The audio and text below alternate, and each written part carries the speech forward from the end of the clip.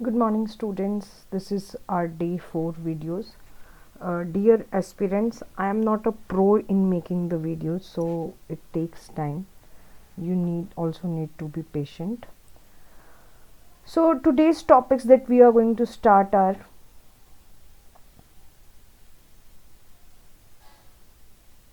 reading 2 passages. So as per the views, I have observed that less number of candidates are interested to be a part of reading passages. But आप लोगों को मैं ये suggest करती हूँ कि daily basis पे आप 2 पैसेजेस ज़रूर सॉल्व करें.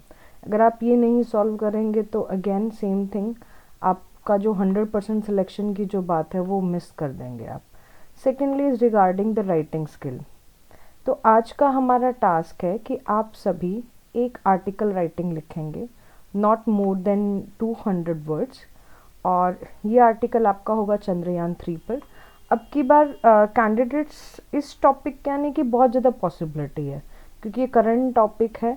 तो आप इसके लिए अपना एक बढ़िया सा आर्टिकल ज़रूर रेडी करें. आर्टिकल राइटिंग के लिए आप किसी भी राइटिंग स्किल के बुक से हिंट्स ले सकते हैं कि कैसे आर्टिकल राइटिंग होना चाहिए, और इस पर एक बहुत ही अच्छा आर्टिकल आप रेडी रखें. 99% पॉसिबिलिटी है कि आपको चंद्रयान 3 पर आर्टिकल राइटिंग आएगी. Next is regarding grammar. तो कैंडिडेट्स, जैसा कि मैंने आपको बताया, आपको इंटीग्रेटेड इंग्लिश ग्रामर आने की ज़्यादा पॉसिबिलिटी है. अगर आपको इंटीग्रेटेड इंग्लिश ग्रामर आएगी तो टेंसेस एक ऐसा टॉपिक है जो बहुत ही इम्पॉर्टेंट है. तो आज आप सारे प्रेजेंट टेंस के जो चारों सब टेंस हैं, यानी कि simple tense, continuous tense, perfect tense and perfect continuous tense, ये चारों प्रेजेंट के जो टेंसेस हैं, आप इन चारों को आज अच्छे से इनके सारे रूल्स रेगुलेशंस पढ़ लें और इनसे रिलेटेड कम से कम 5-10 एक्सरसाइजेस ज़रूर सॉल्व करें. Next is regarding literature. तो आज हम लिटरेचर में कैंडिडेट्स मुझे बोल रहे हैं कि मैम ये वाली चीज़ें हम अपने आप कर लेंगे. तो कैंडिडेट्स देखो, ये चीज़ें आप अपने आप कर लेंगे तो बेस्ट है, लेकिन मेरी ये ड्यूटी बनती है कि मैं आप लोगों को एक डेली टास्क दूँ और आप उन सारे टास्क को ज़रूर से ज़रूर कंप्लीट करें और मेरे टेलीग्राम ग्रुप में आप ज़रूर पोस्ट करें. टेलीग्राम ग्रुप का पोस्ट मैंने डिस्क्रिप्शन में डाला हुआ था, आप वहाँ से मेरे टेलीग्राम ग्रुप को भी ज्वाइन कर सकते हैं. अब लिटरेचर में आज हम क्या पढ़ने वाले, पिछली बार भी हमने, जैसे हम अभी ना पहले सारे ट्रेजेडी करेंगे, अभी आज हम फिर से पढ़ेंगे कि भाई शेक्सपियरियन ट्रेजेडी क्या है.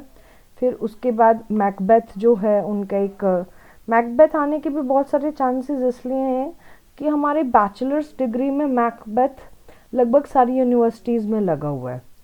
तो इसलिए आप मैकबेथ को इग्नोर नहीं कर सकते हैं. तो मैकबेथ का हम डिटेल्ड एनालिसिस पढ़ेंगे, प्लस इसकी समरी पढ़ेंगे, Hindi and English both, so that कि आप एग्ज़ाम में आपका कॉन्सेप्ट क्लियर हो and you can write it right. So next move to the next slide. Macbeth का बैकग्राउंड सबसे पहले पढ़ते हैं. The story of the 11th century Scottish king Macbeth was a mixture of fact and legend. तो ऐसा बोला जाता है कि शेक्सपियरियन ने जब ये ट्रेजेडी लिखी थी तो उन्होंने 11th सेंचुरी का कॉन्टेक्स्ट बनाते हुए इसको लिखा था, और 11th सेंचुरी में जो स्कॉटलैंड में जो किंग थे उनको उनके प्री टेक्स्ट पर मैकबेथ को बनाया गया है. तो इसमें कुछ रियलिटी भी है, कुछ फैक्ट भी हैं और कुछ लेजेंड्स भी हैं, कुछ पुरानी चीज़ों को भी साथ में इंक्लूड किया गया है. तो प्ले की सेटिंग किस में रहेगी, स्कॉटलैंड में रहेगी, जो कि इंग्लैंड का पार्ट है, और एक कैंप रहेगा फॉरेस्ट नाम की जगह के पास में, जो कि एक टाउन है नॉर्थ ईस्ट स्कॉटलैंड का. ठीक है, आप साथ के साथ अपना पेन नोटबुक ज़रूर रखें. आपको जो जो इम्पोर्टेंट पॉइंट्स लगते जा रहे हैं आप उनको लिखते हुए चलें. जिनको ये लग रहा है कि हमें लिखने की ज़रूरत नहीं है तो बेटा आप लोग सब्जेक्टिव एग्ज़ाम को पास नहीं कर सकते हैं. अब एक्चुअली शेक्सपियर ने ये क्या सोच के लिखा था. Shakespeare wrote this play as a means to flatter King James of England. तो उस टाइम पर ना राजा जेम्स थे इंग्लैंड के, जो किंग थे वो जेम्स थे, और उनको खुश करने के लिए ऐसा बोला जाता है कि शेक्सपियर ने ये लिखा था. तो शेक्सपियर ने ऐसी चीज़ों को इंक्लूड किया था जो उनको पसंद आए राजा को, जैसे कि स्कॉटलैंड का थीम. अभी ये चल रहा है 17th सेंचुरी में. अभी मैं आपको बताती हूँ कि कौन सी ईयर में लिखा था, ये नेक्स्ट स्लाइड में मेंशन्ड है. तो उन्होंने लेकिन 11th सेंचुरी के स्कॉटलैंड को दिखाया, और फिर किंग के एक रिलेटिव थे बैंको, उनको इसमें इंक्लूड किया है। और फिर जैसे कि इंग्लैंड की स्कॉटलैंड की रिच हिस्ट्री जो रही है उन बैटल्स को इसमें मेंशन किया है। और किंग जेम्स ना सुपरस्टिशियस बहुत थे, तो जो विचेस वगैरह की जो स्टोरीज हैं उनको पसंद आती थी, तो इसीलिए इस प्ले में विचेस का भी रोल एक इम्पॉर्टेंट सिग्निफिकेंट रोल है। Unfortunately, the king was horrified by the play because the play includes a king being murdered and another king was possessed by witches. लेकिन दुर्भाग्य ये रहा शेक्सपियर का कि ये प्ले कंप्लीट होने के बाद जब इसको एग्जीक्यूट किया शेक्सपियर ने, तो किंग इस प्ले से बड़ा ही डर गया था। राजा जेम्स बड़े डर गए थे। क्यों डर गए थे? क्योंकि इसमें राजा को का मर्डर दिखाया गया है, और जो नया बना है राजा जो बना है वो पूरी तरह से विचेस ने उन पे काबू पा रखा है, विचेस की बातों को मान रहा है। अभी हम आगे पढ़ेंगे कि क्या स्टोरी है। King James was so upset and outraged by the play that he band the play from being performed for 20 years. तो जब तक मतलब जेम्स को तसल्ली नहीं हुई कि भाई नहीं नहीं नहीं ये तो बहुत ही भयानक प्ले है, तो उन्होंने इसको बैन भी कर दिया था। उनको इतना गुस्सा आया था। Because of this ban many believe the play is cursed. और इस बैन के कारण काफ़ी लोग मानते हैं कि ये बड़ा ही कर्स्ड प्ले है, और आपको मैं कुछ अगली स्लाइड में बताऊंगी भी कि क्यों ये कर्स्ड प्ले माना जाता है।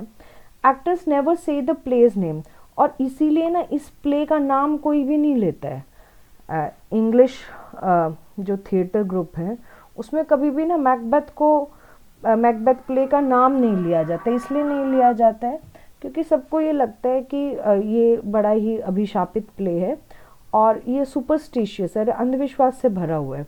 When an actor refers to the play, he or she will call it the Scottish play.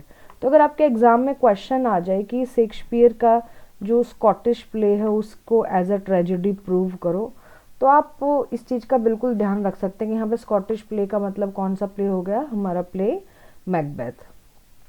Bad luck associated with the play.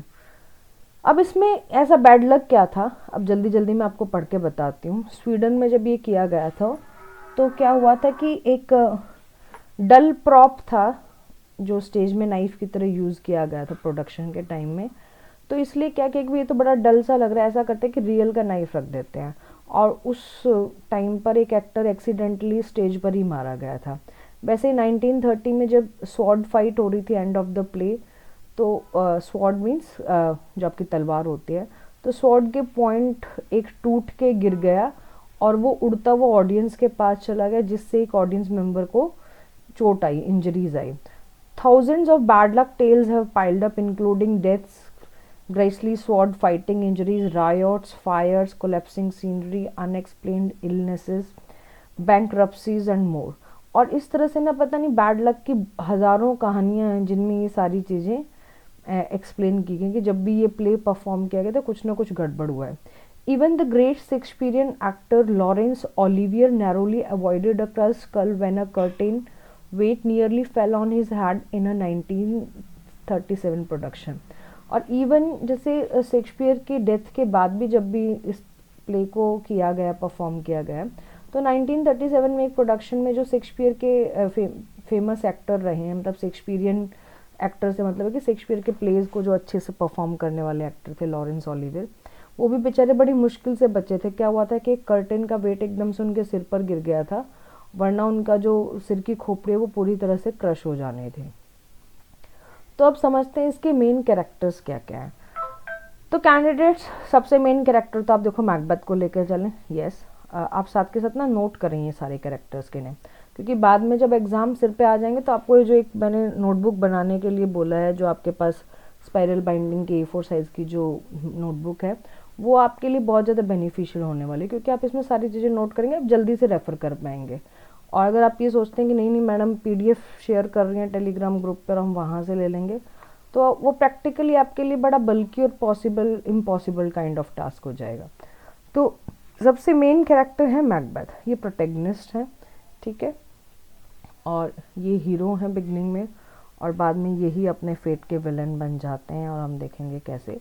Great warrior हैं, ये बड़े ही महान योद्धा हैं, और बाद में स्कॉटलैंड के राजा भी बन जाते हैं।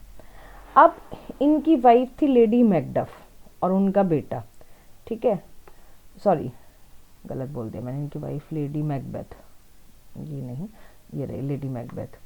तो इनकी वाइफ थी लेडी मैकबेथ, जो साथ में इस कॉन्स्पिरेसी करती है, जो पूरा षड्यंत्र रचने में इसको हेल्प करती है। लेडी मैकबेथ क्या करती है, मैकबेथ को एनकरेज करती है कि तुम ऐसा क्या करो कि जो राजा डंकन है उनका मर्डर कर दो। ये उनको पूरा एनकरेज करती है इसमें।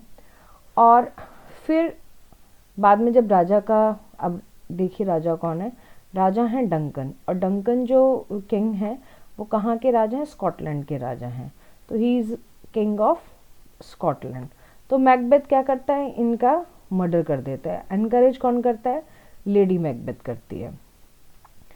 अब इसके अलावा एक और इम्पॉर्टेंट कैरेक्टर है, दैट इज़ बैंको।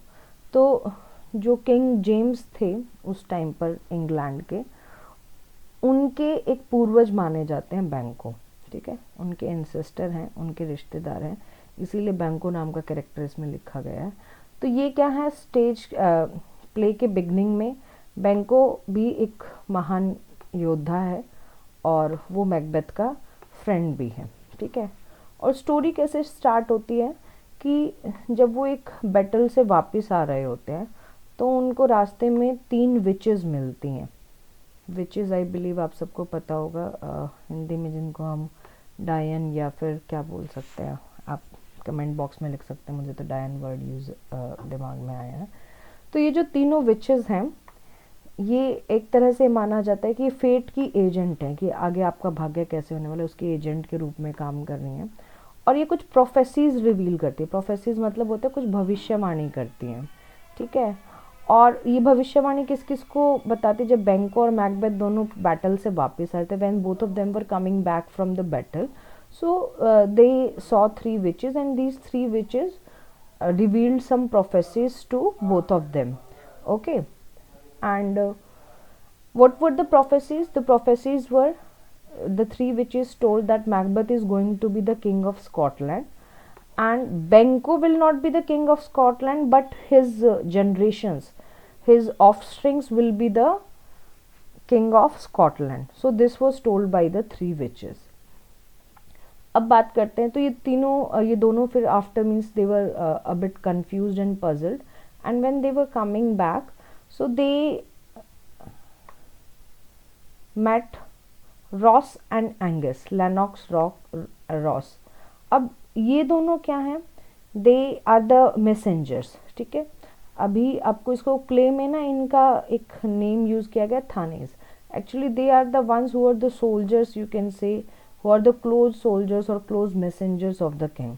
सो these all are Lennox, Ross, Menteith, Angus and Caithness. ये मेजर कैरेक्टर्स नहीं है, बट इनका ये है कि ये बाद में आते हैं और बताते हैं मैकबेथ को।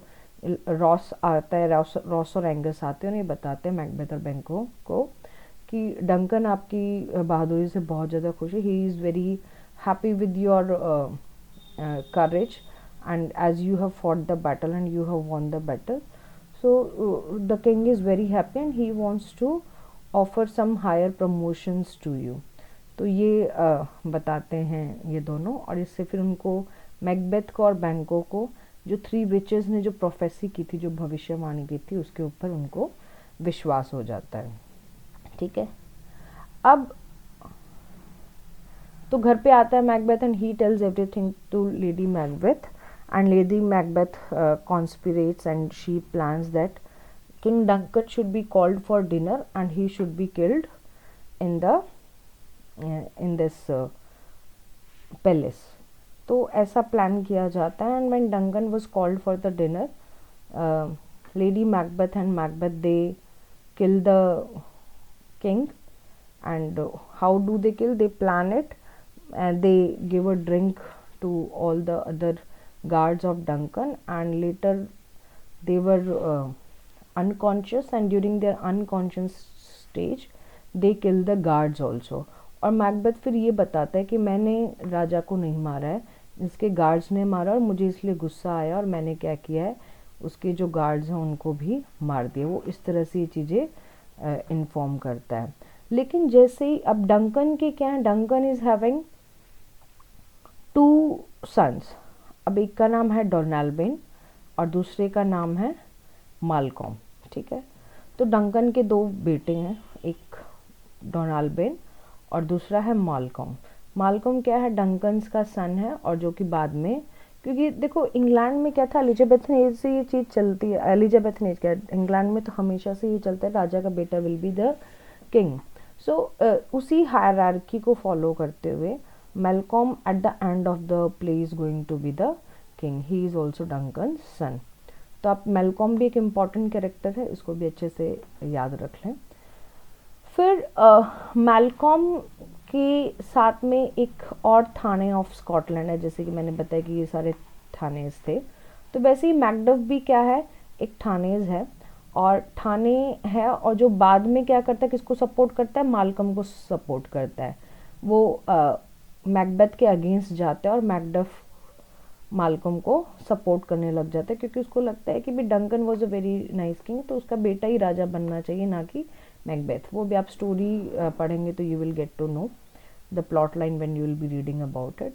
और मैकडफ की वाइफ थी लेडी मैकडफ, और उनका बेटा, जिनको क्या करता है मैकबेथ, उन दोनों का भी मर्डर करवा देता है जब उसको पता चलता है कि मैकडफ उनके अगेंस्ट हो गया है, ठीक है। फिर एक कैरेक्टर डॉक्टर का भी आता है। एक्चुअली जो लेडी मैकबेथ है, after doing this, after murdering Duncan, तो वो भी अपना उसके जो इनर कॉन्फ्लिक्ट है उसके कारण वो भी बीमार हो जाती हैं, and she has the disease of sleep walking, और उसको रात में बड़े बड़े भयानक सपने आते हैं। और फिर डॉक्टर उसको ये सपने बड़बड़ाते हुए सुन लेता है कि इसने, लेडी मैकबेथ ये बोलती है कि मैंने और मैकबेथ ने दोनों ने मिलके किंग डंकन का मर्डर किया है। तो ये डॉक्टर सुन भी लेता है और ये लेडी मैकबेथ का ट्रीटमेंट कर रहा है, ठीक है। अब इसके अलावा एक और जो आपके इसमें मिलेगा, दैट इज़ फ्लियंस। फ्लियंस क्या है, बैंको का सन है and father to later Scottish kings. और फिर अभी देखो प्ले तो एंड हो जाता है, प्ले के एंड में क्या होता है, मालकॉम जो है वो राजा बनता है, लेकिन जो प्रोफेसी की थी थ्री विचेस ने, ऐसा माना जाता है कि फ्लियंस ही फिर बाद में वो बनेगा, जो आगे स्कॉटिश किंग जो होंगे, फ्लियंस के जो बच्चे होंगे, they are going to be the kings of Scotland, क्योंकि थ्री विचेस ने है वो प्रोफेसी जो की थी, भविष्यवाणी जो की थी। अब प्रोफेसी वर्ड की स्पेलिंग आप अच्छे से देख लें, प्रोफेसी PROPHECY, ठीक है। प्रोफेसी वर्ड की आप स्पेलिंग कमेंट बॉक्स में लिखें, और प्रोफेसीज की भी लिखें, क्योंकि आपको आंसर राइटिंग में this vocabulary is to be used by you. तो एक और ये पूरा चार्ट है जो पूरी समरी को बता रहा है। So you please take the screenshot of it. At the end of the story we shall be discussing this slide again. अब मैकबेथ में एक आप ये भी नोट करें, हीथ मीन्स होता है वाइड ओपन प्लेस, यानी कि वेस्टलैंड। बिगनिंग में ही आपको इस वर्ड की ज़रूरत पड़ने वाली है। तो witches are trying to create chaos, discord. Actually सब कुछ ठीक चल रहा है, everything is going good. The king of Scotland Duncan is also a very nice king, but it is the witches, the negative elements, the super elements that are trying to create chaos and discord. Discord means होता है लड़ाई झगड़ा। फिर Ross and Angus, जो मैंने अभी आपको पीछे बताया था, they are messengers and they provide update and news throughout the play. अब इसके अलावा एक आपको 9 वर्ड बार बार आएगा, क्योंकि यहाँ पे 9 वर्ड मैजिकल नंबर माना जाता है। और ये प्ले जो फर्स्ट टाइम परफॉर्म किया गया था, वो परफॉर्म किया गया था 1606 में। अब आते हैं हम एक्ट फर्स्ट की। मैंने आपको बताया था कि शेक्सपियर के मोस्टली जितने भी ट्रेजेडीज़ हैं उन सब के एक्ट्स कितने हैं, एक बार आप कमेंट बॉक्स में लिखें। I am waiting for a second. आपको पिछली वीडियोस में मैंने बताया था। Yes, you are right, there are total 5 acts, तो इसमें भी आपको 5 एक्ट्स मिलेंगे।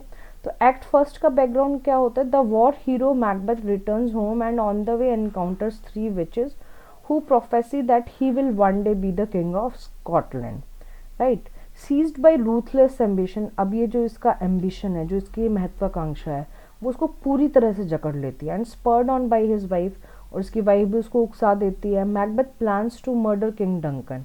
The setting in motion a series of events that will lead to his eventual downfall. तो एक्ट 1 में ही आपको ये महसूस होने लगेगा कि ऐसे सीरीज ऑफ इवेंट्स होते जा रहे हैं जिससे कि धीरे धीरे अब जो मैकबेथ है उसका डाउनफॉल हो जाएगा। और मैकबेथ बड़ा ही ईगर हो जाता है थ्रोन के लिए, उसको सिंहासन लेने की बहुत ज़्यादा इच्छा होती है। तो अभी आप ये इन कुछ क्वेश्चंस हैं, इनके आंसर्स कमेंट बॉक्स में लिखें, क्योंकि पॉसिबिलिटी है कि आपको कोई क्या बोलते हैं एक छोटा सा पैसेज दे दें एक्ट 1 से और फिर उससे रिलेटेड भी कुछ क्वेश्चंस आपको आ सकते हैं। So quickly right the answers of these 4 questions in the comment box. Who is fighting at the beginning of the play? After the war, what do the witches do? Who is Ross? Who is the traitor? What does the king do with the traitor? As Macbeth and Banquo come from the war, how are they addressed? What does Banquo ask the witches? अब act to में क्या होता है? Macbeth and his wife have the perfect crime. अब Macbeth और उसकी wife क्या करते हैं, वो पूरी तरह से परफेक्ट क्राइम कर देते हैं, मार देते हैं। They will get his guards drunk drugged, Macbeth will kill Duncan and then he will spread blood on the guards and he will plant the knife on the guards. So this was the plan which was done as a perfect crime. Macbeth and his wife do not consider how Duncan's sons might react and how Macbeth and Lady Macbeth might deal with them. अब Macbeth और उसकी wife ये तो कर लेती हैं कि हम परफेक्ट प्लान कर लेते हैं, लेकिन वो ये कंसिडर नहीं कर पाते, वो ये नहीं सोच पाते डंकन के जो बेटे हैं वो कैसे रिएक्ट करेंगे और फिर बाद में मैकबेथ और लेडी मैकबेथ उस चीज़ को कैसे डील करेंगे। तो ये वाला पार्ट एक थोड़ा सा मैकबेथ और उसकी वाइफ लेडी मैकबेथ के द्वारा नहीं प्लान किया जाता है। तो अब क्या करती है Macbeth and his wife will kill Duncan. Duncan is a beloved king but he is also weak. Duncan वैसे तो सबको बहुत प्यारा लगता है, बड़ा नोबल किंग है, बड़ा ही बेनेवलेंट है, परोपकारी है, बट वो वीक है। वो इतना समझ भी नहीं पाता है कि भाई ये हमें मार पाएंगे, वो अपने आप को प्रोटेक्ट नहीं कर पाता जब मैकबेथ उसको मारता है। तो Duncan's kinsman will seek revenge. अब डंकन की डेथ के बाद जो डंकन के रिश्तेदार हैं उनको तो ये लगेगा भी किसने मारा है, हम उससे बदला लेंगे। मैकडफ डिस्कवर्स डंकन्स बॉडी, और मैकडफ जो है वो डंकन की बॉडी को डिस्कवर कर लेता है। उसको ये दिमाग में आ जाता है कि ठीक है ये सारे मैकबेथ ने जो स्टोरी बोली है वो ठीक है, लेकिन मैं एक थाने हूँ और मैं अपने राजा डंकन जो कि अब नहीं है इस दुनिया में, उनके प्रति मैं पूरी तरह से डेडिकेटेड हूँ। तो उसको लगता है कि डंकन की बॉडी जो है वो गार्ड्स ने नहीं मारा होगा बल्कि मैकबेथ ने मारा होगा इसको। Sometimes Shakespeare interrupts his blank verse writing with prose. एक ये चीज़ आप प्लीज़ नोट कर लें कि जितने भी शेक्सपियर के जो ट्रेजेडीज़ थे वो ज़्यादातर अपर क्लास से आपको मिलेंगे, अपर क्लास से या फिर किंग्स से, ठीक है। और जब मेन कैरेक्टर्स जो हैं अपर क्लास के या फिर किंग्स के, वहाँ पर शेक्सपियर ने अपनी जो लैंग्वेज रखी है वो ब्लैंक वर्स रखी है, ठीक है। ब्लैंक वर्स आप सबको मैं बता दूँ क्या होता है कि a poem with no rhyme. तो और उसमें भी इयाम्बिक पेंटामीटर मिलेगा जो कि 10 सिलेबल्स की लाइन होती है। और बाकी जो लो कैरेक्टर्स होते हैं, फिर लो क्लास कैरेक्टर्स होते हैं, लेस इम्पॉर्टेंट कैरेक्टर्स होते हैं, इनसिग्निफिकेंट कैरेक्टर्स होते हैं, वहाँ उन्होंने क्या किया है, प्रोज को डायरेक्टली यूज़ किया, अदरवाइज उन्होंने ब्लैंक वर्ड्स को यूज़ किया, ठीक है। और जो लो रैंकिंग कैरेक्टर्स हैं वही बड़ा बावड़ी या वल्गर टाइप दिखाई देंगे उसमें। They often have humorous speeches that help to break up the dramatic narrative. और ये जो है ह्यूमरस स्पीचेस देते हैं, मतलब हंसी मजाक वाली, जिससे क्या होता है थोड़ा सा रिलीफ मिलता है उस पूरे सीरियस मूड से और ड्रामेटिक नैरेटिव को वो थोड़ा सा ब्रेक करने मिलता है। इस स्टोरी में जो ह्यूमरस स्पीच है, एक कैरेक्टर था पोर्टर, जो कि ड्रंक होने के बाद कुछ कुछ बोलता है, बकवास वल्गर बोलता है। तो वहाँ पर जो ऑडियंस है उसको काफ़ी हंसी आती है। तो एलिजाबेथन ड्रामा की एक कैरेक्टरिस्टिक्स कॉमिक रिलीफ भी रहेगी, और कहीं ना कहीं आप शेक्सपियरियन ट्रेजेडी में भी आप लिख सकते हैं स्मॉल कैरेक्टर और any situation that is going to give a comic relief to the audience. तो ये भी आप साथ में नोट कर लें। तो एक्ट सेकंड में पोर्टर जो है वो इस तरह का एक कॉमिक रिलीफ एक्ट सेकंड में दिखाया जाता है। अब एक्ट सेकंड में बताया जाता है कि monarch is appointed by God. Monarch जो है वो राजा के द्वारा अपॉइंट किया जाता है। और एलिजाबेथन जो भी ये किंगडम है, जो डायनेस्टी है, ये एक यूनिवर्सल ऑर्डर, इसको कोई नहीं मना कर सकता। The monarch was God's representative on earth. और उस टाइम पर ये माना जाता था कि उस टाइम पर क्या है, इंग्लैंड में तो आप आज भी देखेंगे, ब्रिटेन में तो आज भी जो सेम जो आपका मोनार्की सिस्टम उसी को फॉलो किया जाता है और गॉड का रिप्रेजेंटेटिव माना जाता है। The Lord's anointed is use to describe the king. तो राजा को ऐसा बोला जाता है कि भाई ये भगवान का ही मतलब रूप है, और इस तरह से किंग को डिस्क्राइब किया जाता है। It was not just end of political assassination, it was a horrifying description of religious values.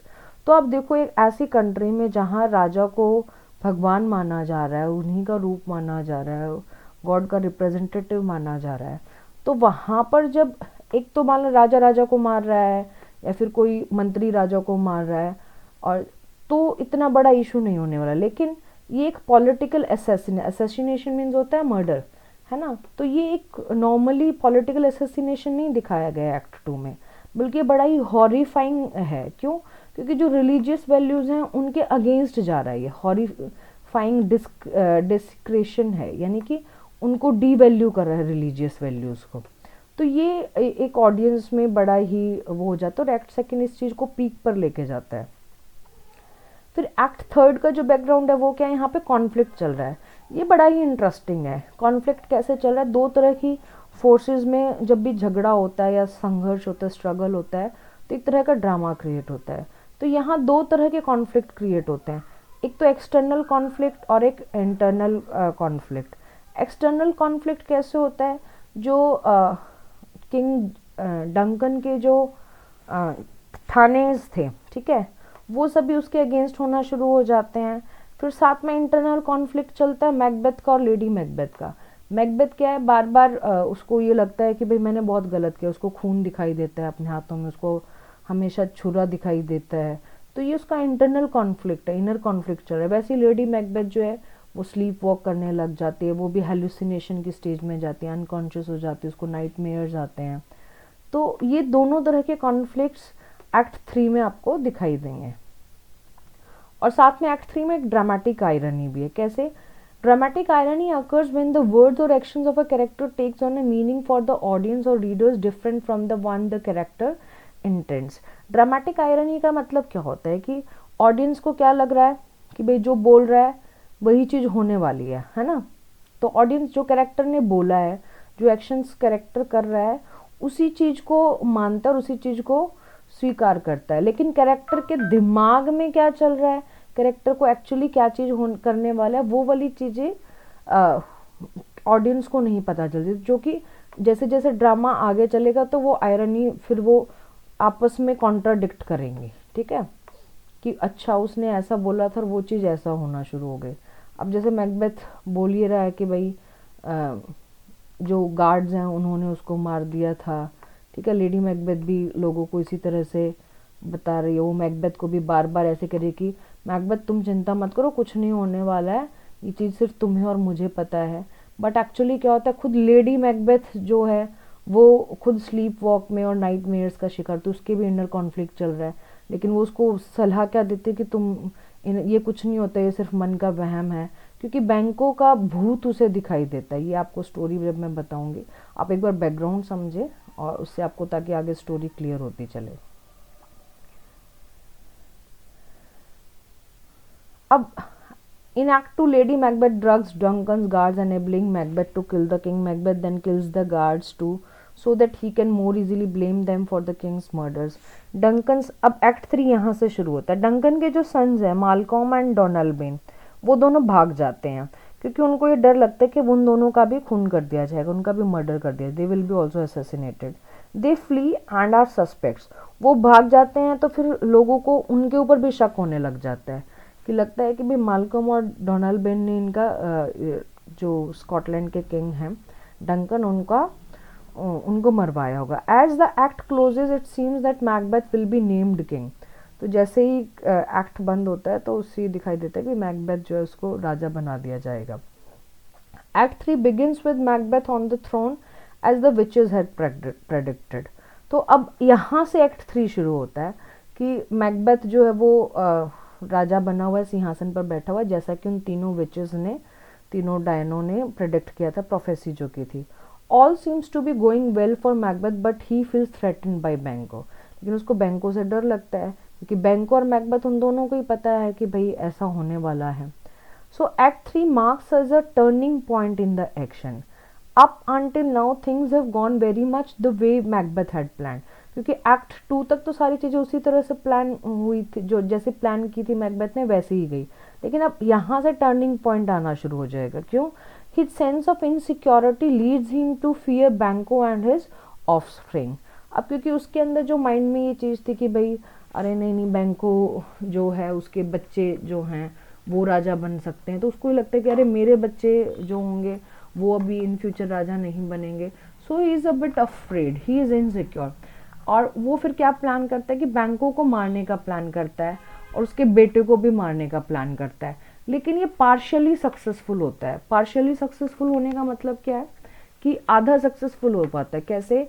A series of events is set in motion leading to Macbeth downfall. अगर मान लो सब कुछ हमेशा ही मैकबेथ की तरह प्लान के अकॉर्डिंग होता रहेगा तो फिर तो ट्रेजेडी बननी ही नहीं थी ना. तो यहाँ से ऐसे इवेंट शुरू होना शुरू हो जाते हैं जो मैकबेथ का डायरेक्टली डाउनफॉल करना शुरू कर देते हैं. ठीक है, क्योंकि बैंको तो मारा जाता है लेकिन उसका बेटा नहीं मारा जाता है. और फिर एक्ट 4 में क्या है? इमेजरी है. Language is use to recreate sensory experiences. अब इमेजरी से मतलब क्या होता है कि ऐसी इमेज क्रिएट करना जिससे ऑडियंस को वो बात क्लियर हो पाए, है ना. तो अब आप इसमें देखेंगे एक्ट 4 में आगे ना ब्लड लेकर आपको मैकबेथ के हाथ में ब्लड दिखाई देगा, इल फिटिंग क्लोथ्स दिखाई देंगे, बेबीज एंड चिल्ड्रन दिखाई देंगे. ठीक है, तो ये सारे एक ऐसी लैंग्वेज को, एक सेंसरी इमेजेस डेवलप करते हैं जिससे ऑडियंस को बिल्कुल समझ में आने लग जाता है कि they have lost their senses. ठीक है, और नेक्स्ट आर्केटिपल. आर्केटिपल मीनिंग क्या होता है? Ideas and emotions expressed by people in many cultures. तो यहाँ पर फिर आपको ना जो थानेज हैं उनका भी बातें, उनके जो आपस में डायलॉग्स हैं वो भी पता चलेंगे कि डिफरेंट तरीके से लोग इन सब चीज़ों को इंटरप्रेट कर रहे हैं. Macbeth hires murderers to kill Banquo and बैंकोज सन फ्लियंस. अब लेकिन फ्लियंस उसमें क्या है? बच जाता है. At the state banquet, Macbeth is shocked to see the ghost of Banquo sitting in the king's chair. और एक्ट 4 में क्या होता है कि मैकबेथ को एकदम से झटका लगता है जब वो देखते हैं कि बैंको का जो भूत है वो राजा की चेयर पे बैठा हुआ है, तो वो और भी ज़्यादा डर जाता है. Macbeth decides to visit the witches again determined to know the worst. तो मैकबेथ क्या डिसाइड करता है कि मैं वापस उन तीनों विचेस के पास जाऊँगा और वहाँ जाके क्या बुरा हो सकता है मेरे साथ, उन चीज़ों को मैं उनसे प्रेडिक्ट करवाऊंगा, उनसे पता करता हूँ. अब ये कंप्लीट टर्निंग पॉइंट है. अब क्या? Macbeth seeks help from the witches to secure his power. The forces of good however are beginning to gather against him.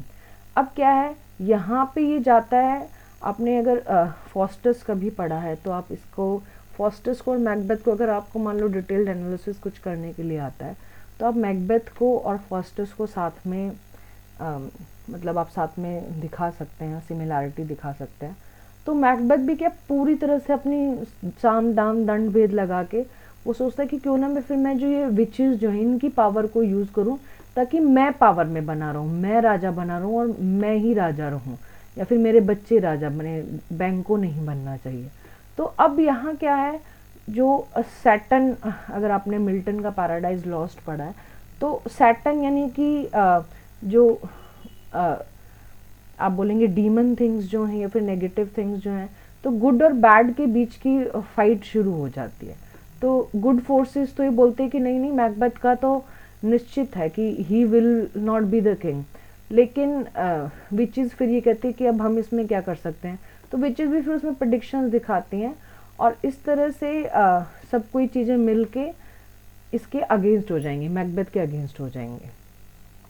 In Act 4, Macbeth learns from the witches that he must beware Macduff, but that he need not fear any man of woman born.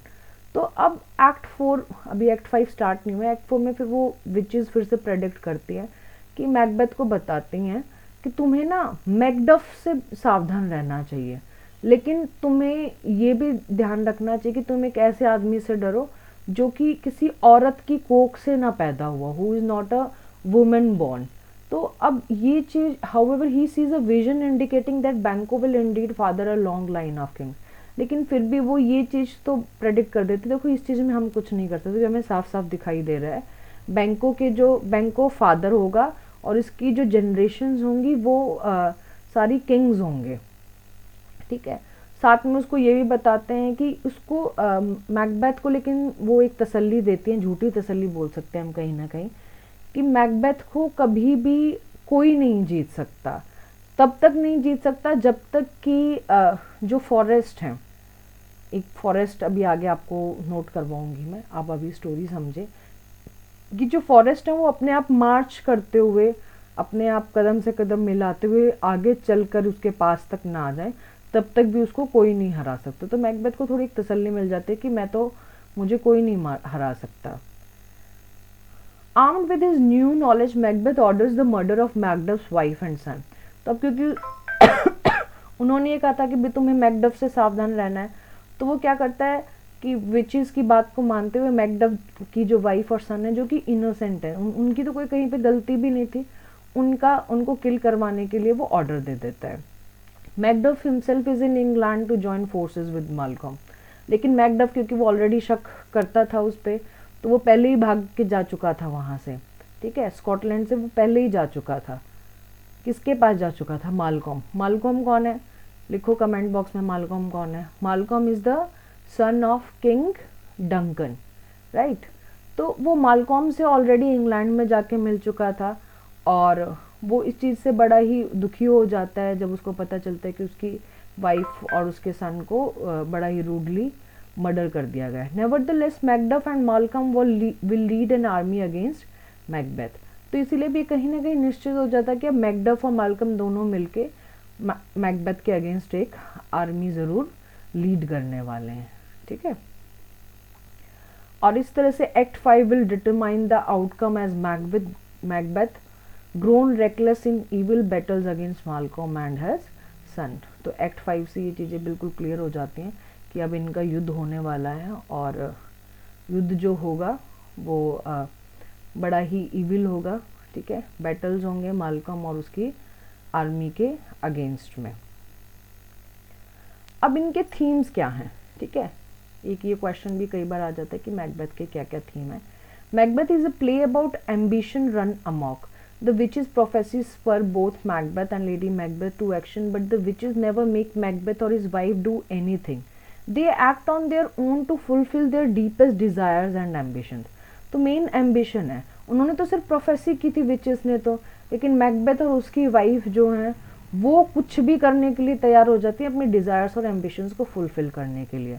Both Macbeth and lady Macbeth want to be great and powerful and sacrifice their morals to achieve that goal. और वो अपनी सारी moral values को ताक पे लगा देती हैं, और they put everything on stake to fulfil their ambition. अब नेक्स्ट आता है ऑर्डर एंड डिसऑर्डर। अब देखो ये जो वर्ड्स है ना, ऑर्डर डिसऑर्डर, तो ये जैसे जो कॉन्ट्राडिक्टरी हेडिंग्स होती हैं इनको नोट कर लिया करो, आपको राइटिंग स्किल में बड़ी हेल्पफुल होने वाली है, आपको आंसर राइटिंग में हेल्पफुल होंगे। The play subverts the natural order of the world. Macbeth sections are based on a supernatural belief in a prophecy. अब प्ले जो है, जो नेचुरल ऑर्डर है वर्ल्ड का, क्या है नेचुरल ऑर्डर? द राजा का बेटा will be the raja, the king son is going to be the king, but Macbeth sections are based on a supernatural belief in a prophecy. अब ऑर्डर तो ये कि भाई नेचुरल ऑर्डर जो है, जो गॉड पावर से जो चलता है वो नेचुरल है, और जो सुपरनैचुरल बिलीफ से चलता है that is a disorder, right. तो अब लेकिन मैकबेथ की एक्शन क्या है, वो प्रोफेसी को फुलफिल करने की, प्रोफेसी जो हो रखी है, जो भविष्यवाणी हो रखी है, उसको सही करार करने के लिए उसके सारे एक्शंस होते हैं। इट डेपिक्ट्स एन अनार्किक वर्ल्ड, और ये फिर एक बड़ा ही अनार्किक, बड़ा ही उपद्रवी वर्ल्ड को दिखाता है। Macbeth inverts the order of royal succession, his wife inverts the patriarchal hierarchy, the unnatural world disrupts the natural. The disruption underpins the conflict that is not only external and violent but internal as Macbeth and his wife come to terms with what they have done. तो साथ में आप एक जो एक normal order होता है एक ह्यूमन बीइंग का, वो भी अंडर कॉन्फ्लिक्ट आ जाता है. कैसे आ जाता है? क्योंकि उनका इंटरनल कॉन्फ्लिक्ट होता है. मैकबेथ के अंदर भी एक सैटन और गॉडली थिंग्स का जो आपस में डिस्कशन होता है, जिसके कारण मैकबेथ भी अपना दिमागी संतुलन खो देते हैं और लेडी मैकबेथ भी अपना दिमागी संतुलन खो देती है. तो ये भी एक तरह से मेंटल डिसऑर्डर उनको हो जाता है. Appearances and reality. अब आप प्लीज इस हेडिंग को भी नोट कर लें, आपको और किसी ट्रेजेडी में भी हेल्पफुल हो सकती है. अब अपीयरेंस एंड रियलिटी की फैक्ट्स एंड रियलिटी भी आप बोल सकते हैं. आप इसको ऐसा भी बोल सकते हैं कि ट्रुथ वर्सेस लाई, है ना. तो appearances are deceptive in the play and some characters trust appearances too much. Duncan trust the wrong man with disasters consequences. अब डंकन को डंकन को लगता है कि जो मैकबेथ है वो बड़ा ही अच्छा ठाने है, अच्छा स्कॉटलैंड का ठाने, अच्छा वॉरियर है. तो वो उस पर बिल्कुल ब्लाइंड ट्रस्ट करता है और जिसका परिणाम क्या, बड़ा ही डिजास्टर्स आ जाता है. क्योंकि वो उसको उसका ओहदा बढ़ा देता है, उसको प्रमोशन दे देता है और इस कॉडोर का उसको थाने बना देता है.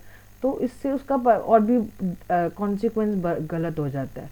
डंकन को जब वो डिनर के लिए इनवाइट करता है मैकबेथ अपने पैलेस में, तो उस टाइम भी डंकन उस पर ट्रस्ट करता है. और मैकबेथ क्या है, वो जो अपीयरेंसेस हैं, यानी कि जो विचेस के जो सुपरस्टिशंस, जो इसमें सुपर नेचुरल एलिमेंट जो है मैकबेथ में, उसको ट्रस्ट करता है. और लेडी मैकबेथ क्या करती है, अपने हस्बैंड के ट्रस्ट को मैनिपुलेट करती है. तो this fine line between appearance and reality represent the line between good and evil, right. फिर किंगशिप एंड टायरनी. अब जो किंगशिप है और साथ में उसका एक टायरनी, जो किंग आ जाते हैं बाद में, तो ये भी इस चीज़ में अच्छे से रेफर किया गया है. In the play king Duncan is always refer to as a king while Macbeth soon becomes known as the tyrant. अब जहाँ जहाँ डंकन की बात हो रही तब तक तो उसको किंग बोला जा रहा है, लेकिन मैकबेथ के का बारे में कॉन्टेक्स्ट में जब भी कहीं डिस्कशन हो रहा है तो उसको टायरेंट बोला जा रहा है. Under a good king subjects are rewarded according to their merits. As when Duncan makes Macbeth thane of Cawdor after Macbeth's victory over the invaders, most importantly the king must be loyal to Scotland above his own interests. Macbeth by contrast brings only chaos to Scotland.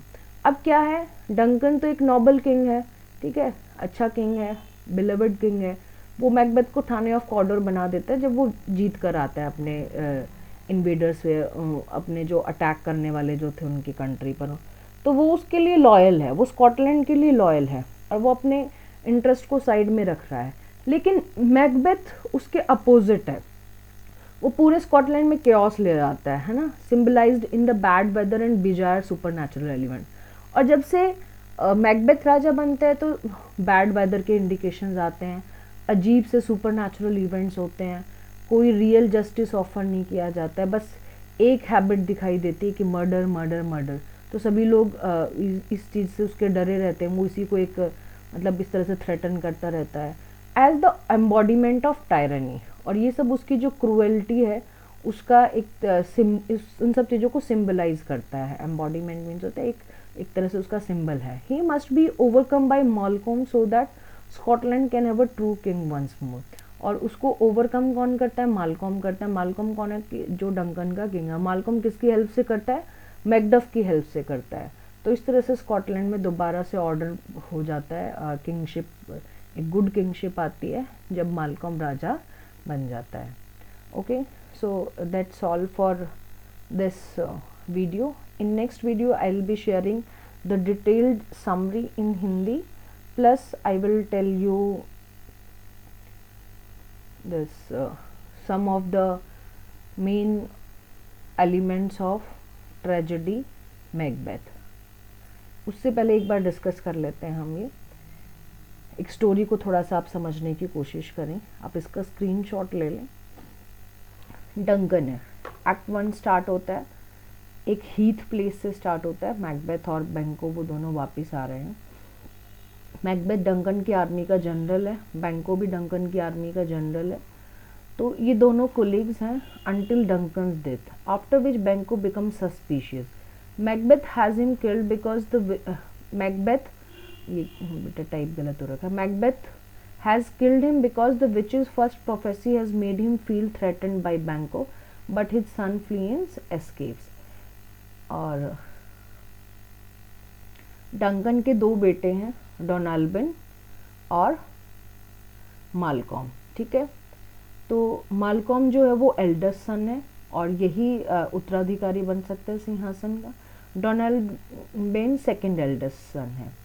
तो ये दोनों भाग जाते हैं Duncan की death के बाद, Donald Ben भी और मालकॉम भी। अब जो मैकबेथ है उसने क्या है, एक ठाने है, मतलब जनरल है, ठाने भी है। Thane who has sworn allegiance to king Duncan but kills him out of ambition. तो मैकबेथ ने कसम तो ये खा रखी है कि मैं राजा डंकन के लिए मतलब सब कुछ करने वाला हूँ, ठीक है।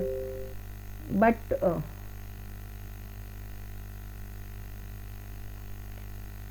अपने एम्बिशन को फुलफिल करने के लिए वो राजा को मार देता है। अब इसमें 3 विचेस का रोल बहुत ही इम्पॉर्टेंट है क्योंकि वो मैकबेथ के डेस्टिनी के साथ इंटरफेयर करती हैं। हो सकता है अगर 3 विचेस इस प्ले में नहीं आती तो मैकबेथ इस ट्रेजेडी तक नहीं पहुंचता कि लास्ट में मैकबेथ को मारा जाता। और इन 3 विचेस के उसमें हैक्टे नाम की जो गॉडेस ऑफ विच क्राफ्ट है, वो डिवाइन पावर है जो उनको इंटरफेयर कर रही है। और वो कह रही है कि मैकबेथ के साथ को अब ऐसा कर दो, अब ऐसा कर दो, ऐसी प्रोफेसी कर दो, ऐसा कर दो, क्योंकि वो बुरा चाह रहे हैं। देखो कोई भी सुपर नेचुरल एलिमेंट आएगा तो वो ऐसा तो आएगा नहीं कि वो कुछ पॉजिटिव करवाएगा, वो नेगेटिव ही करवाएगा। फिर लेडी मैकबेथ है जिससे उसका हस्बैंड काफ़ी इन्फ्लुएंस रहता है और उसी इन्फ्लुएंस के कारण वो क्या करते हैं, दोनों परस्यू करते हैं अपने गोल को। और वो गोल क्या था कि मैकबेथ जो है किसी भी कीमत पर राजा बन जाए। अब ये आते हैं स्कॉटिश नोबलमैन। अब स्कॉटिश नोबलमैन को थानेस बोलते हैं, लेनॉक्स, रॉस, एंगस, मैंथीथ, कैथनेस। ये पहले तो मैकबेथ के क्लेम को सपोर्ट करते हैं कि हाँ शायद डंकन को ऐसे ही मार दिया गया होगा, लेकिन बाद में वो उसी के अगेंस्ट हो जाते हैं, है ना, क्योंकि उनको शक होने लग जाता है। और किंग ये है मैकडफ। अब मैकडफ और मॉलकॉम क्या है, ये दोनों मैकडफ क्योंकि भाग जाता है और वो मेलकॉम के पास पहुंच जाता है और वहाँ पहुंच के वो क्या करता है, मैकबेथ के अगेंस्ट एक आर्मी खड़ी करते हैं ये दोनों। और इनको सपोर्ट कौन करता है, वैसे स्कॉटिश नोबलमैन जो हैं वो भी मैकबेथ के अगेंस्ट इनको सपोर्ट करते हैं। और जो किंग एडवर्ड जो था किंग ऑफ इंग्लैंड, देखो ये डायरेक्टली प्ले में नहीं आएंगे लेकिन इनका सिर्फ एक रेफरेंस आएगा। वो चाहता है कि वो इनको सपोर्ट करता है मालकम और मैकडफ को, और उनकी आर्मी को इंक्रीज करने में मददगार है, ठीक है। तो इस तरह से पूरी जो स्टोरी है वो फैब्रिकेट होती है। So that's all for today. In my next class I am going to in my next video I am going to give the detailed analysis plus summary as well। तो I am sure आपको एक brief idea मिल गया होगा Macbeth की tragedy के बारे में। Thank you, keep watching.